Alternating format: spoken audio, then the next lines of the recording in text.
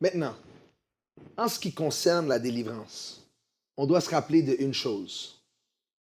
Dieu n'a pas simplement l'intention de nous sauver, il a l'intention de nous sauver et de nous délivrer.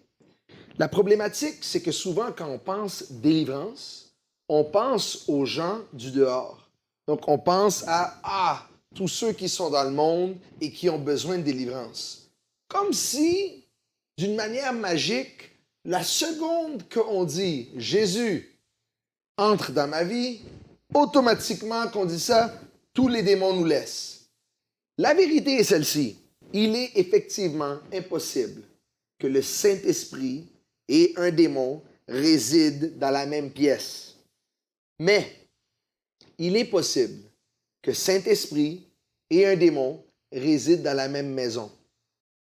La Bible dit que nous, comme êtres humains, on est composé de 3 parties. Rappelez-vous, le premier cours, Introduction à la vie spirituelle. Donc, on a dit qu'on est composé du corps, de l'âme et de l'esprit. Le corps, l'âme et l'esprit. Composé de 3 parties différentes. Maintenant, la Bible, elle est claire. Quand la Bible parle que nous sommes nés de nouveau, c'est que nous sommes nés de l'esprit. Quand la Bible parle que le Saint-Esprit vient vivre en nous, le Saint-Esprit vient vivre dans notre esprit. C'est pour ça que quand tu reçois le Seigneur, physiologiquement, il n'y a rien qui change. Cet esprit ne vient pas changer ton corps. Si tu pèses 200 livres avant ton salut et tu te pèses le jour après ton salut, tu pèses encore 200 livres. Tes yeux ne vont pas pousser, tes cheveux ne vont pas pousser, ton pied ne va pas devenir plus gros. Il n'y a rien qui change physiquement. De la même manière, au niveau de ton âme, il n'y a pas un changement complet. C'est pas vrai que la manière que tu penses le jour avant du salut et le jour après le salut, que tout change automatiquement. Oui, il est possible qu'il y ait des changements, mais pas un changement complet et total.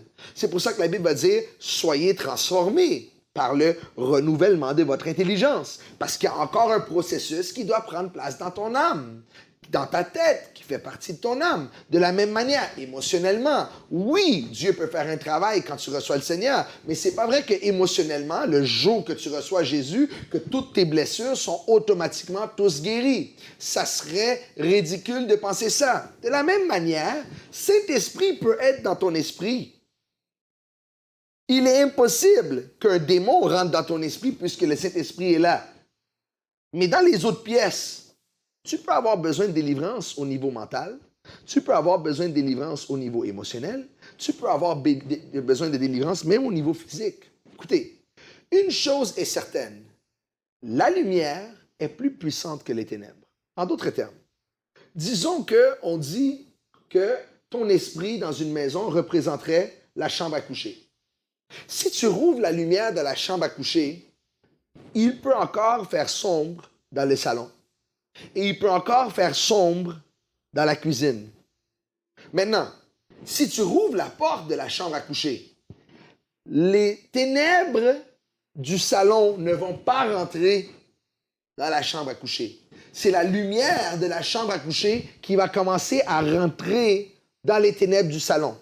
De la même manière, restez avec l'imagerie. Saint-Esprit est dans notre esprit. Chaque fois maintenant que nous, on va ouvrir une partie de notre âme, une partie de notre intellect, une partie de nos émotions, une partie de nos corps, et qu'on demande maintenant à l'Esprit de Dieu d'éclairer sa lumière dans ces secteurs-là, automatiquement, les ténèbres vont commencer à quitter. On appelle ça une forme de délivrance. Maintenant, il est certain, spécialement dans cet âge qu'on est maintenant, dans ce monde, que probablement avant d'avoir reçu le Seigneur, d'une manière ou d'une autre, nous avons ouvert des portes. Nous avons ouvert des portes d'accès qui ont permis à des démons d'avoir des emprises sur notre corps, sur notre pensée et sur nos émotions. Et c'est pas vrai que instantanément, après le salut, que tous ces esprits-là nous quittent. Moi-même, dans mon histoire, et je vais le partager un peu plus tard, depuis l'âge de 9 ans, j'avais rentré dans la pornographie. Quand j'ai reçu le Seigneur, le premier jour que j'ai reçu le Seigneur, j'ai été sauvé, mais j'étais encore lié au niveau de mes pensées, au niveau sexuel. Et ça m'a pas laissé à cause du salut. Les pensées et l'obsession sexuelle, ça m'a laissé par la délivrance. Et j'ai reçu de la délivrance. J'ai senti des esprits laisser ma tête. Je l'ai senti physiquement et je l'ai senti même mentalement. Et j'ai vu la différence de cela après avoir reçu de la délivrance. Et ma délivrance n'était pas une expérience qui est arrivée simultanément à mon salut. Donc, ton salut et des délivrances qui se provoquent dans ta vie peuvent arriver dans des périodes différentes. Est-ce qu'un chrétien peut avoir un démon? Oui. Est-ce que c'est possible qu'un chrétien ait besoin de délivrance? Oui. C'est pour ça que le sujet de délivrance, ça ne peut pas être un sujet qui est tabou. Ça ne peut pas être quelque chose qu'on ne pratique pas. Écoute, quand on parle de délivrance, c'est quoi vraiment une délivrance? Une délivrance, c'est quand on prend autorité sur un esprit et on ordonne à cet esprit-là de quitter. C'est ça, une délivrance. C'est dire, je parle maintenant à l'esprit de rejet, ou je parle à l'esprit d'impureté, je parle à l'esprit de destruction, je parle à l'esprit de suicide, je parle à l'esprit tu adresses un type d'esprit et tu ordonnes à cet esprit-là de quitter. On appelle ça administrer ou recevoir de la délivrance. Et c'est nécessaire. Et ce n'est pas juste pour des gens de l'extérieur. Je crois que les premières personnes qui doivent recevoir de la délivrance aujourd'hui, c'est des saints dans le corps de Christ. Comment allons-nous être en mesure de donner aux autres ce que nous-mêmes, on n'a pas reçu? Laissez-moi vous donner un exemple de c'est quoi un chrétien qui ne reçoit jamais sa délivrance. Imagine, vous avez une montagne à monter, OK? Et la montagne, elle est quand même à pic, mais elle est faisable. Et la montagne, elle représente ta vie et ma vie. Donc, on sait que la vie en soi, c'est pas un downhill, c'est pas en descendant.